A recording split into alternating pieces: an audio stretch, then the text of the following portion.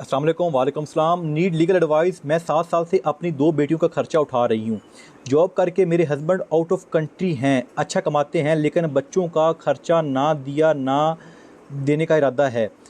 मुझे ये मेंटेनेंस वगैरह कोर्ट कचहरी के चक्कर में नहीं पड़ना। I know my husband well कि वो अब एक पाई नहीं देगा। उसको ये भी बेनिफिट है कि वो अब्रोड है, पाकिस्तान ला के हालात उसे पता है। मुझे जस्ट ये पूछना है कि अगर मैं फ्यूचर में सेकंड मैरिज करूं तो क्या बच्चे उससे देना पड़ेंगे। जी नाज़रीन, देखें आप 90% चांस में ये होता है कि अगर औरत शादी करती है तो बच्चे जो हैं वो वालिद के पास जाते हैं।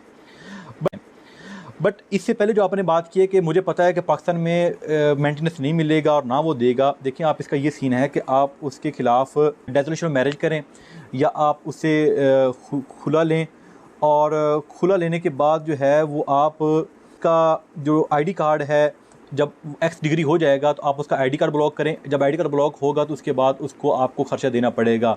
There is a lot of remedies in Pakistan which can you be obtain or you can be avail through different procedures.